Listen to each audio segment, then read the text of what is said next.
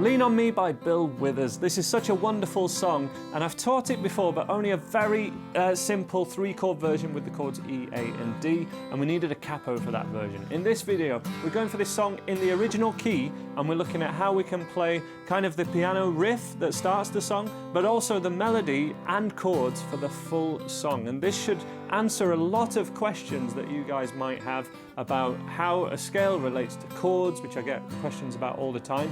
And if you've never heard of something called the key of C, this lesson is essential for you.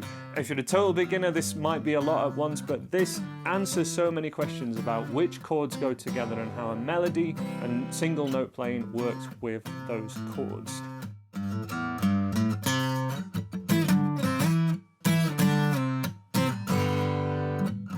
What you need to know is that the musical alphabet starts on the letter C, and the note C, it does not start on A. And that is the first note and first chord that starts this song. We then walk up 4 notes, which are from C, D, E and F. We walk back down those notes. And then we basically, those notes make up the riff that starts the song, and also the melody for the verses and the melody for the chorus as well in many ways. Those notes are all from the C major scale. And if there was one thing I'd like you to know to make the most of this video, if you don't already, that C major scale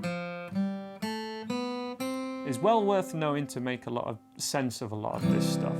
The chords that make up this song are C, F, which I'm going to encourage we don't play as a full bar, but we actually play like this. The reason for that is we're going to need some open strings while playing this F chord. So we can't bar it because we need the open strings, and barring literally cuts off all those open strings, okay? So we're going to play it like this. There's even a way you can do it where you don't have to bar at all, because I'm pinching here with my first finger. We can keep that finger right on its tip, and we can even just mute with string 6 here. If you're not aware of this chord, I'll leave a link in the top corner of this video, but also in the description below, of a bit of help playing this way of playing an F. I'm going to presume you've done that. So then we move back to the C chord, and the other 2 chords that make up this song are E minor and a G major. Some chord progressions kind of take this a bit too far and kind of work up, you know, every chord. Great if you know that, but we're just going to work on playing the root notes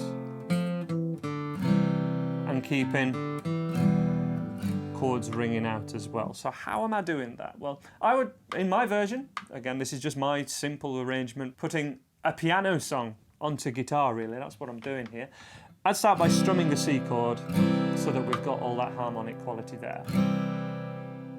We then walk up the C major scale and then strum the F.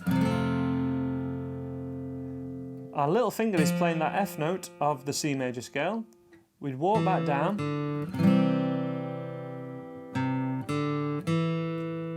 walking back up the C major scale again, strum an E minor, strum a G.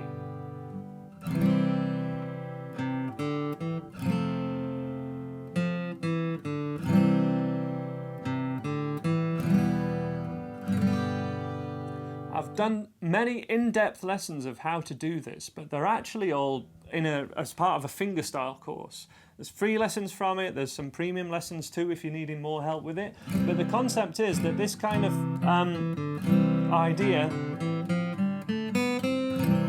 of playing notes from a scale while holding down chords is really huge in fingerstyle playing. It's how we can play melodies at the same time. I'm using a pick for everything here. You could do a fingerstyle version of it if you want, so just playing with your fingers.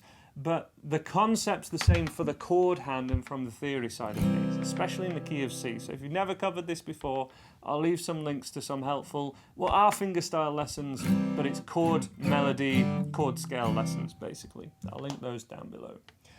There's only a slight variation the second time that happens. If we are wise, we know that there's always tomorrow.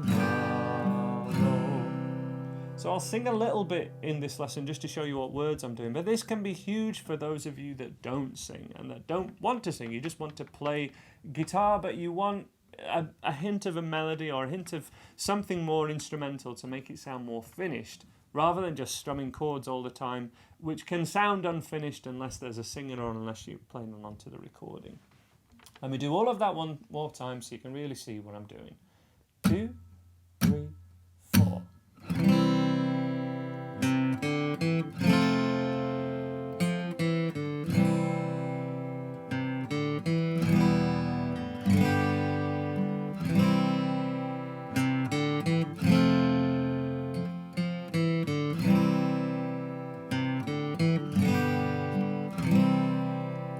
You could keep all that going just to the chorus because it's the same chords. When you're not strong, I'll be your friend. I'll help you carry on. You won't be alone. Said I'm lonely.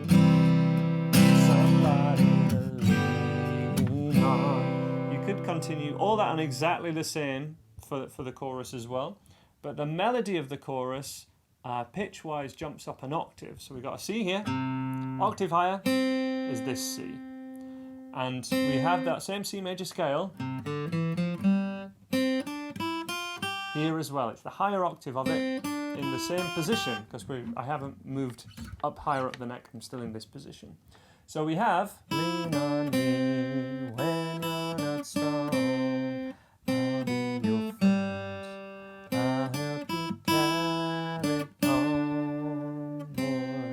That kind of vibe, and we can do the same thing where we pick that but strum some chords as well.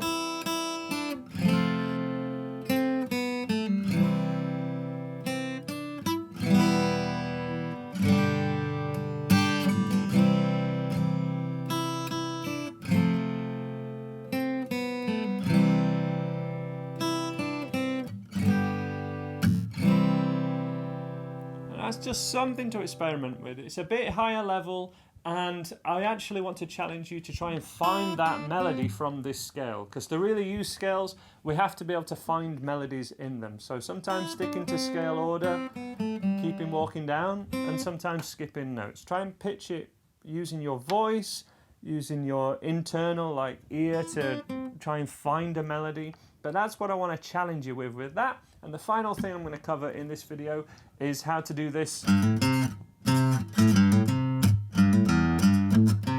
All this part, because again, you could sing it, but we can do an instrumental version to it too. So this is still C major scale, but we technically C major pentatonic, because we're not playing a 7-note scale, we're playing a 5-note scale here. Same notes, just fewer of them. We're playing 5 of them rather than 7. And I'll leave the neck diagram down below of these notes on the website. If you click the link to my website, I'll show you that kind of info.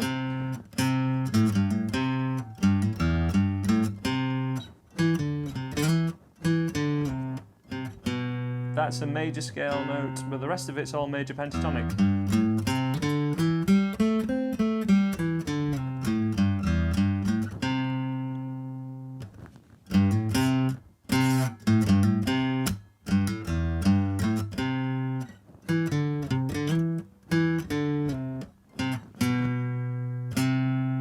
The other technique I used at the start of this video was this octave technique.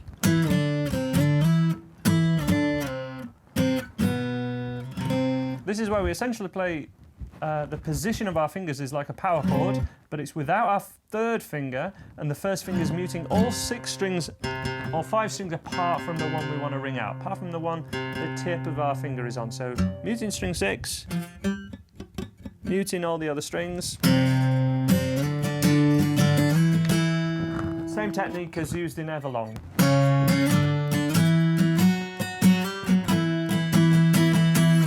Huge alternative rock technique really, but in this case and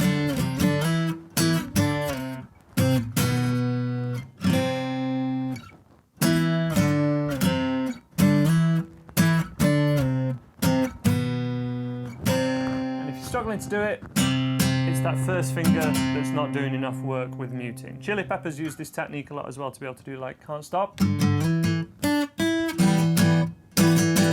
want to be able to strum all 6 strings that have one ringing out. And then we can just add that little finger to it.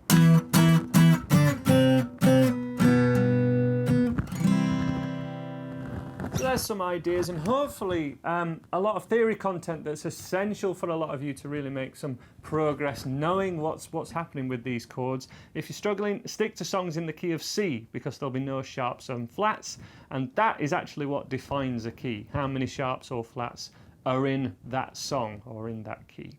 Hopefully that explains a few things. You can check out more info about that kind of thing in a couple of videos that I will leave up here, and you can watch those right now.